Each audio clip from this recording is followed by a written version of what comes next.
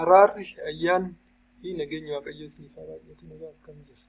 Har'a sagantaa keenya eegarraa sagantaan keenya guyyaarraa mata duree waaqayyo eenyu jedhutu waliin ilaalla. Eenyu waaqayyo? Who is the God? Mata duree jedhutu waaqayyo jechuudha. Kakuu moofaa keessatti akkuma tokkotti abbaa, ilma, hafuura qulqulluudha. Tokkummaan tiraanii jechi waaqayyo bakka bu'a jechuudha. Kakuu moofaa keessatti waaqayyo abbaa, ilma, hafuura qulqulluu. Eenyummaa waaqayyoo kan ibsu uumama tokko 26. Uumama tokko 26 irratti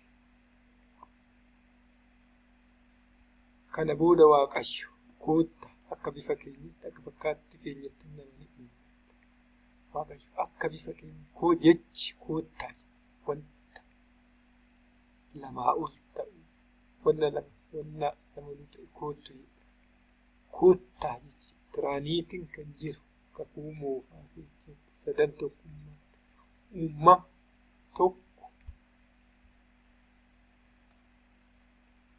26 irraa argama jechuudha. Kana malee wangeela Maatewos 3:6 Yesuus cuuphaa bishaanii keessaa akkuma ba'e kinoo bantii waaqaa hundinuu isaatti achumaan Yesuus Kiristoos waaqayyo achumaan hafuurri qulqulluu akka guuggeetti Yesuus irra hafuurri qulqulluu akka bifa guuggeetti kunoo sagaleen inni kun ilma koo jaallatamaa gammachuun koo isaarraa watamaa waaqarraa abbaan waaqarraa muudu hafuurri qulqulluun bifa guuggeetti fi Yesuus Kiristoos bishaan keessa qaamni sadii waaqayyo koottaa jechuudha. Kallattii sadii qaama sadiin argamu isaan keessa jechuudha. Kana malee caafa mul'ataa dubbisaa boqonnaa 4 boqonnaa 6 keessatti waa'ee hoolichaa Yesuus Kiristoos qaboon hundumtuu aangoon hundumtuu harka ta'uu mul'isa jechuudha. Akkasumas seera ba'uu 25:8-9 irratti ansin gidduu akkan jiraadhuuf godoo qulqullaa'aa anaaf ijaara iddoo buufata sanis mi'eessa hunduma fakkeenya isaa ansiitti agarsiisu jechuudha. Kakuu moofaa keessatti waaqayyo gidduu jijjiirraachaa ture jechuudha. Kakuu moofaa keessatti manni qulqullummaa waaqayyoo bifa kanaan haala kanaan jijjiira jechuudha. Tokkoffaan barriidha. Taansi ooddiin wantoota lama iddoo lubni itti qulqullaa'u fi iddoo aarsaan itti qophaa'u qaba. Akkasumas baattuu ibsaa dameelee 7 qaba. Baattuu biddeenaa kutaa qulqulluu keessatti iddoo hangafni lafaa jiraatu akka kanaan qoqqoodama akka 4 jechuudha. Kakuu laata kitaabni macaafa inni kun iddoon qulqullootaa kun gara bantii waaqaatti jijjiiran jechuudha.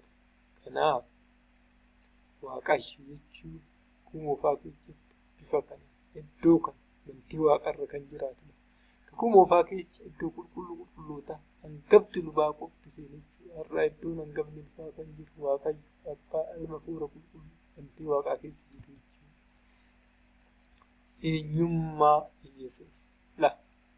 Yesuus Kiristoos fakkeenyaaf inni keessaa kun waaqayyo abbaa hoo bakka bu'e waaqayyo abbaa eenyummaa waaqayyo ilma namaa kan hin kennan fakkeenyaaf waaqeffatamuu ilma namaati wanna kan haga fe'e namni guddatu hin kennan Yesuus Kiristoos immoo abbaan akkuma jirutti daagiraamii bal'ichi kana yommuu ta'u eenyummaa waaqayyoo ilma namaatiif hin kennamne jechuun laalisa kana ta'u eenyummaa waaqayyoo ilma namaatiif kennan Efesoon 1:3 irratti argina. Eenyummaa waaqayyoo hafuura uumummaa hubannaa hafuura fakkaattii hafuura gorsaaf humnaa dameelee 7 jechuudha.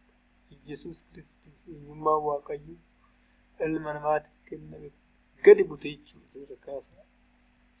Yesuus abbaa da'uu eenyummaa waaqayyoo ilma namaatiif kenname. Waaqayyo ilma namaa kenname eenyummaa Yesuus gadi butee jechuudha. Amma immoo luqqisiiwwan abbaa ilma hafuura qulqulluu waaqayyo ta'uu mul'isu waliin ilaalla. Tokkoffaa irratti Maatewos tokko 25-27 irratti maqaa gooftaa Yesuus sirriif hin beeku. Yeroo sanitti yaa abbaa gooftaa waaqa lafa abbaan Yesuus Kiristoos yaa abbaa gooftaa waaqa lafa Yesuus Kiristoos ulfina keenyaaf waaqayyo lammaffaa Qorontos 3:6 caafanni qulqullaa'aan yeroo inni gara gooftaa gara gulgicha isa duraa ni fuudha. Eega inni goofticha jedhamedha. Eega inni goofticha jedhame kun hafuura qulqulluudha. Iddoo hafuura gooftichaa jiru immoo birmadummaa jira. Hafuura qulqulluudhaaf lammaffaa Qorontos kanarraan argamu goofticha mooticha inni sadaffaan Yesuus Kiristoos gooftaa ta'uu abbaa wal qixxeessuu kan nu ibsu sadaffaa irratti Filiippoos 2:5 yaada garaa Kiristoos qabu qabaa inni bifa waaqummaatiin otoo jiruu bifa waaqummaatti ulfina waaqayyo isa abbaa isaa wal qixxeessu wanta qabanii itti hin lakku inni ulfina isaa gad deebisee akka waa tokkotti hin galle godhe fakkaatti namummaan dhalate waan hundumaa nama ta'e erga ilaala Yesuus Kiristoos waaqayyo abbaa wal ta'uu isaaf sagadu kan lammaffaa Filiippoos 2:5-11 irratti arganne jechuudha. Akkasumas hafuurri qulqulluun kana dura yuutuubiiwwan darbe keessatti dameelee Yesuus Kiristoos torban walii ilaallee jirti. Sagalee waaqayyo jechichi waaqayyo ta'u amma immoo hafuurri qulqulluus dameelee torba Efesoon 7:23 waaqayyo gooftaan keenya Yesuus Kiristoos hafuura ogeessota sinqu waaqayyo beekuu hafuura beekumsaa fi hafuura humnaa akka jirudha. Dameelee torba hafuura qulqulluu akka qabu sin ilaallu. Kanaaf hafuurri qulqulluu tokkuma jechuudha. Qaala argama bifa adda addaatiin malee. Sadan tokkummaa waaqayyoo fi adeemsota waaqayyo edenitti nama deebisuuf deeme beekuu dhabu rakkoo guddaan ta'e. Sadan tokkummaaf waaqayyo edenitti waaqayyo deebise beekuu ilaalla jechuudha. Sadan tokkummaan luqqisiin mul'isu tokkoffaa uumama tokko 26 kan dura ilaalle jechi koottaa jedhu wannoo ol ta'u koottaa yommuu wanta lamaa ol ta'u akkasumas Maatewos 3:16-17 Yesuus suphaa bishaanii keessaa abbaa waaqarraa hafuura qulqulluun akka guuggeetti akka argamu kallattii sadi'iin kiraaniitiin akka jiru ilaallee turre. Adeemsota waaqayyo edenitti nu deebisuuf deeme jechuudha. Foon uffatee gara biyya lafaa dhufe jechuudha. Bara ce'umsaa keessa. Bara Yesuus biyya lafaa deeme keessa foon namni dadhabaa uffatee gara mirga abbaa ol ba'uun hafuura qulqulluu nu erge. Bara waldaa keessatti bara wal hafuura qulqulluutu jette. Bantii duraa fi bantii lafaa balleessuun bantii waaqaa haaraa bantii lafaa haaraa uumu wanni dura tuulaa qulqulluu ta'ee idin deebise waaqayyo adeemsa kan deebise idinitti nu deebise. Barreeffama kana keessatti rakkoolee bara ce'umsaa fi bara waldaa kiristaanaa uumu tokkoon ilaalla jechuudha. Rakkoolee bara waldaa kiristaanaa fi bara ce'umsaa rakkooleen kunniin amantoonni hedduu keessatti akka jiru waliin ilaalla jechuudha. Rakkoo tokkoffaan hordoftoota amantoota Jihoovaa mootummaa waaqummaa namummaa Yesuus Kiristoos ta'uu bara ce'umsaa hawwachuu dhabuu isaaniidha. Bara ce'umsaa keessaa isaan maal irratti hundaa'e? Wangeela Yohaannis 14:28-30 abbaan nan deema deebi'ee sin bira dhufa. Amma nan deemaa deebi'ee sin bira dhufa. Abbaan na caala irratti hundaa'uun warra amantoota Jihoovaa Yesuus waaqa xiqqaadha jedha. Abbaan na caala. Kana jechuun abbaan gooftaa Yesuus caala jechuu osoo hin ta'in gooftichi ofii isaatii gad of deebisee nama dhugaa ta'ee biyya lafaa dhufee barsiisaa ture qofa malee amma lachuu wal qixa. Luqqisii Yesuus Kiristoos abbaa wal qixxeessu nu ibsu Filiippoos 2:3-11 dubbisa. Yeroo gabaabaaf ergamoota gonfoo guddina ulfina mataa irraa kaasee wanta hundumaa miila isaa jala galchee jala. Ibroota 2:9 irrattis haa ta'u malee yeroo gabaabaaf ergamoota gatte abbaa gadi qofaayyuu ergamoota gatte ni dhiphate du'uu isaatiin amma gonfoo ulfinaa mataa kaawwate. Yeroo gabaabaaf yeroo biyya lafaa foon uffatee dhufisan Yesus Kiristoos wangeela Yohaannis 14:28-31 kana irratti amma nan deemaa deebi'ee isin bira dhufa abbaan na caala jedhu irratti hundaanii warra amantoota Yoofaa Yesus waaqa xiqqaa jiru. Kana jechuun yommuu Yesus Kiristoos akkuma Ibroota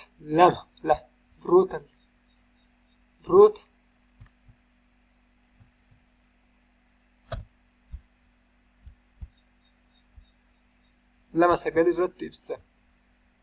Ibroota 2:9 irratti maal jedha? Haa ta'u malee yeroo gabaabaaf ergamoota gatte dhiphate du'uu isaatiin amma gonfoo guddinaaf ulfinaa mataarra kaawwate. Osoo gonfoo guddinaaf dhiphinaa wangeelli Yohaannis kana keessatti bara waldaa dura jechuudha. Erga bara waldaatii Yesus gonfoo ulfinaaf guddinaaf wanni hundi isatti danfafame.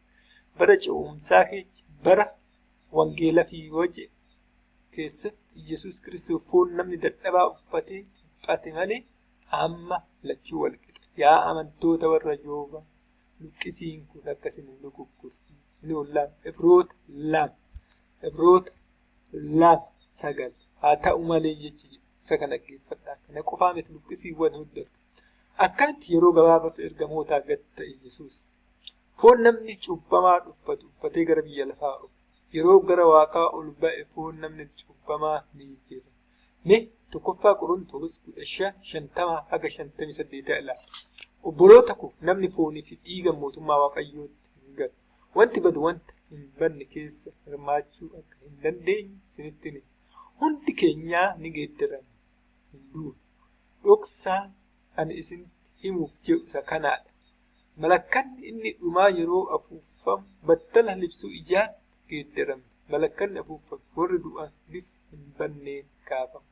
Yeroo Yesus nama dhugaa ta'ee foon namni dadhabaa uffatee biyya lafaa irra jiraate harkisa cubbuu addaan qaba. Lammaffaa Qorontoos 1:5 obboloota koo namni foon zeesan harkisa qaba. Amma qaama cimaa abbaa wal qixxeessu harkisa santu irraa ka'a jechuudha gara bantii waaqa irraa hoo ta'u.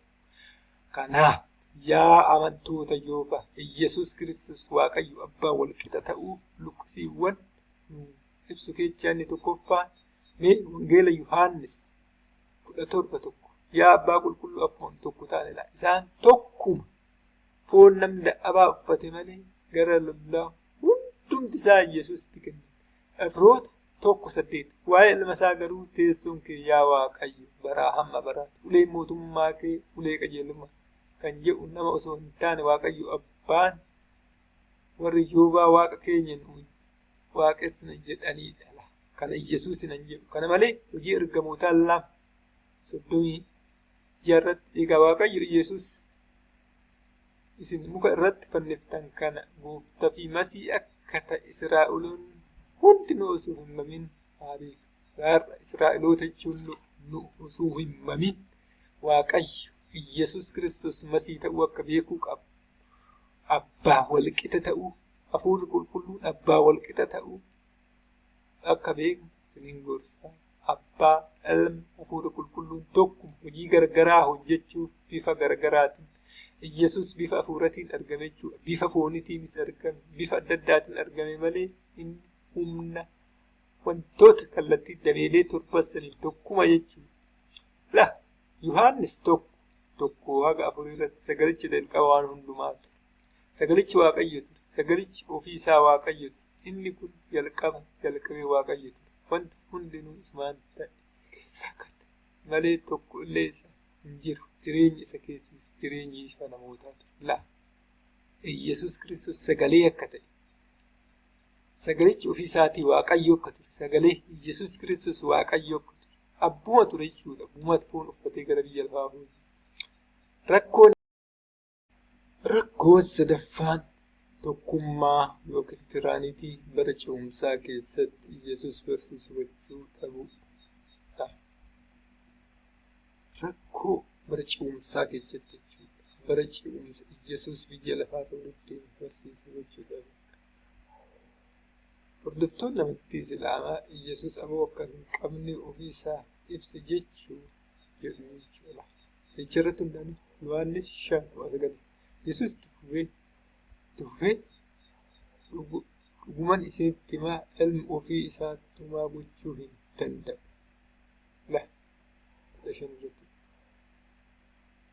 Yohaannis 5:9 Yesuus tufee dhuguman isinitti himaa ilma ofii isaa gochuu hin danda'u qofa jecha namichaa irraa kudhan Yesuus aboo hin qabu. Yanis sooshaal miidiyaa irra godhuuf jechuudha. Warra amantoota Islaamaa garuu yommuu guutummaa isaa dubbisa Yesuus itti fufee dhuguman sitti himaa ilma ofii isaa homaa gochuu hin danda'u. Isa abbaan hojjetu illee ni hojjeta. Isuma abbaan hojjetu ilmis akkuma kanatti hojjeta. Kana jechuun abbaan ilma wal wajjin hojjetu malee qumaan hojjetan jechuudha malee Yesuus dhabuun qabu irraa kutu jecha takkitti irraa kutanii faallessa. Kanaaf tiraaniitii sadan tokkummaan kun wal wajjin malee tokkoof ulfina kenna. Yesuus qofa jechuudha. Abbaa hafuura qulqulluu foon kennu waan kanuun qabu. Tokkummaa bakka tokkotti tokkoo beekanii tokkoo beekni akka gahaan ta'a luqqisii kanarraa cufaanii wal Yohaannis 5:9-25 irraa jechuudha. Yaa amantoota itti yaaduun waa'ee Yesuus Kiristoos abbaa hafuurri qulqulluun tokko ta'uu sirriitti hubachuu qabna jechuudha.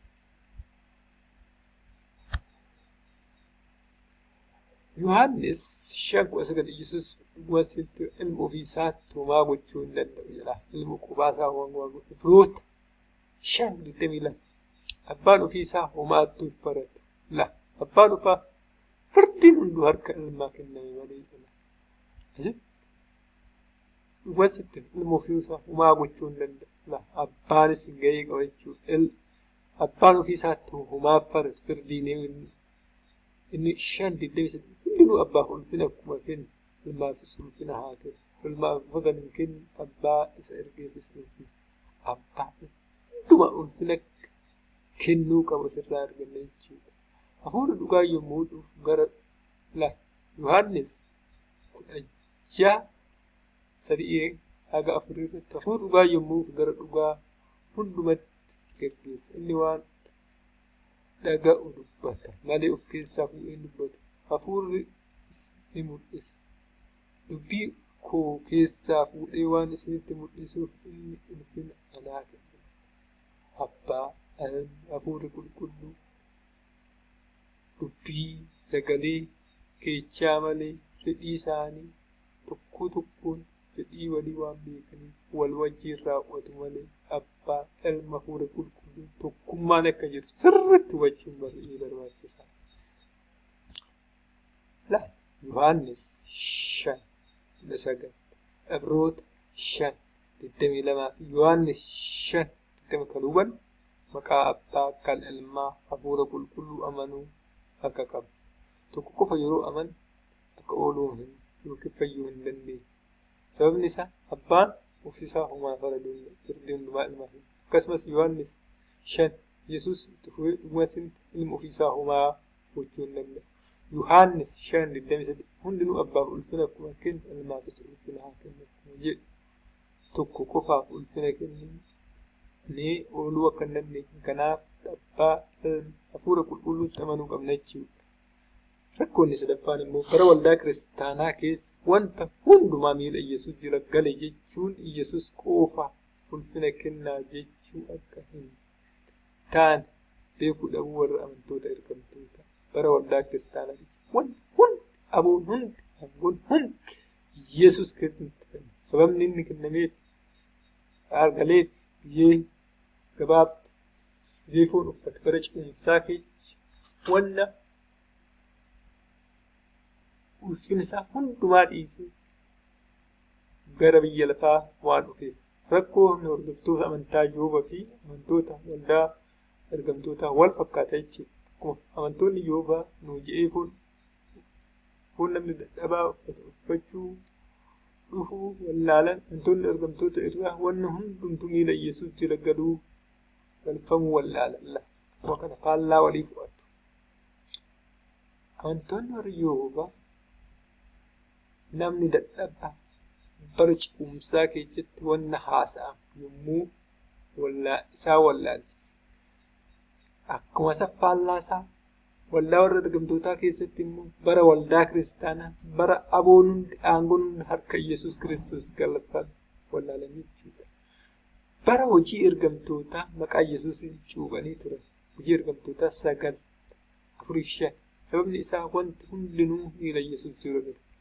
Ibroota 2:7 fi Filiippoos 2:3 yeroo dubbistan yeroo gabaabaaf ergamootaa gad goota koffoo guddibaa ofirraa mataa irra kaasa wanta hundinuu miila jala galchite. Ibroota 2:9 irratti haa ta'u malee yeroo gabaabaaf ergamootaa gad dhiphachuu hamma golfoo ulfinaaf guddina hundi har'a guyyaa har'a maqaa Yesuus Kiristoos seexana yoo abaarnu dhiisidde yaqaan Yesuus kophaa hojjeta. Maqaa Yesuus Kiristoos cuuphaa cuuphuun ni danda'a.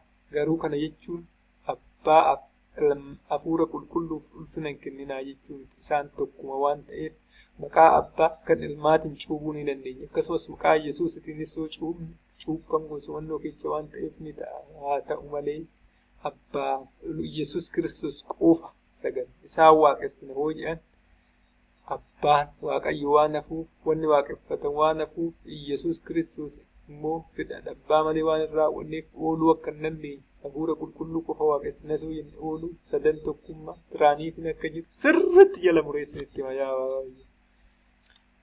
meelaaf isiniif ibsa. Maqaa Yesuus seexana yoo dhabaarre seexana dhiisee ni baqata.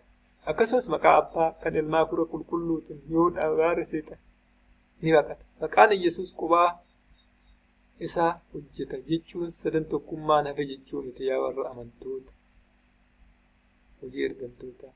Yohaannis 5:23 hunduu abbaaf ulfina akkuma kennu ilmaa ulfina haa kennu. Ilmaa ulfina kan hin kennin abbaa isa ergeefis ulfina hin kennu.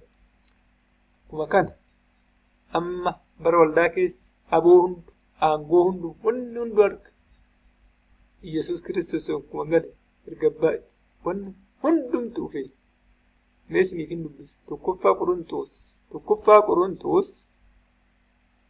15:22 Kiristoos immoo gooftummaa hundumaa aboo hundumaa humna hundumaa gulguleessee mootummicha deebisee waaqayyo abbaa kennu dhumni ni ta'a.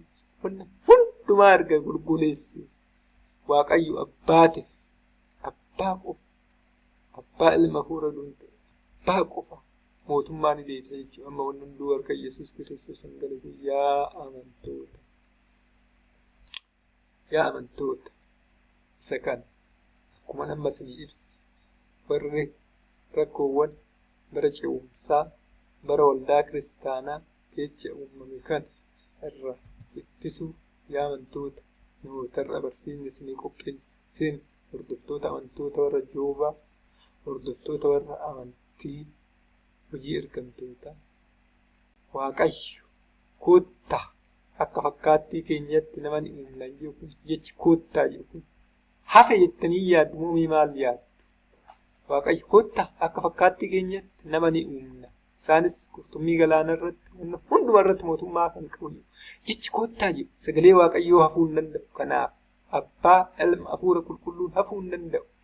Akkuma Maatewos 5:7 jechicha keessa sagalee keessa fidallee takkittiin akka hafuu hin dandeenye gara hafuuratti jijjiirame malee amma kitaaba biyya keessatti irra deebi'ee isiniif ibsa. Kitaaba san muluu mul'aanee irra isinii go'a. Jechicha keessa fidallee takkittiin hafuu akka hin qabne isiniif ibsu. Kanaaf yaa hojii warra ergamtootaa yaa amantaa warra Joobaa sagalee kana jecha kana isiniif waan qophaa'eef sirriitti dubbisaa. Sirriitti dhaggeeffadhaa sirriitti kadhaa yaa waaqayyo kee isa hundumaa danda'u gooftaa bantii waaqaaf lafaa kan ta'e ibsaa kan ta'e isiniif ibsa. waa'ee Waaqayyo Abbaa, Waaqayyo Ilma, Hafuura Qulqulluu kanaaf ilaalu, ka'achuu, hubachuu sinirra jira waan ta'eef warra wantoota Islaamallee jecha hin beekne irratti hundooftaniitu jecha irraa kuttaniitu bara ce'umsaa keessa foon uffatee Yesuus biyya lafaa uffatee akkuma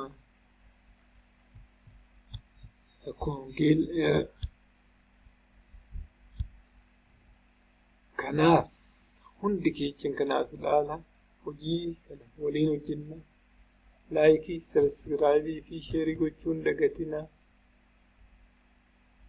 Waan agamaatti obsaan dhaggeeffattaniif Waaqayyo wanti waaqarraa isinaaf eebbisu eebbifamaa nagaan turaa.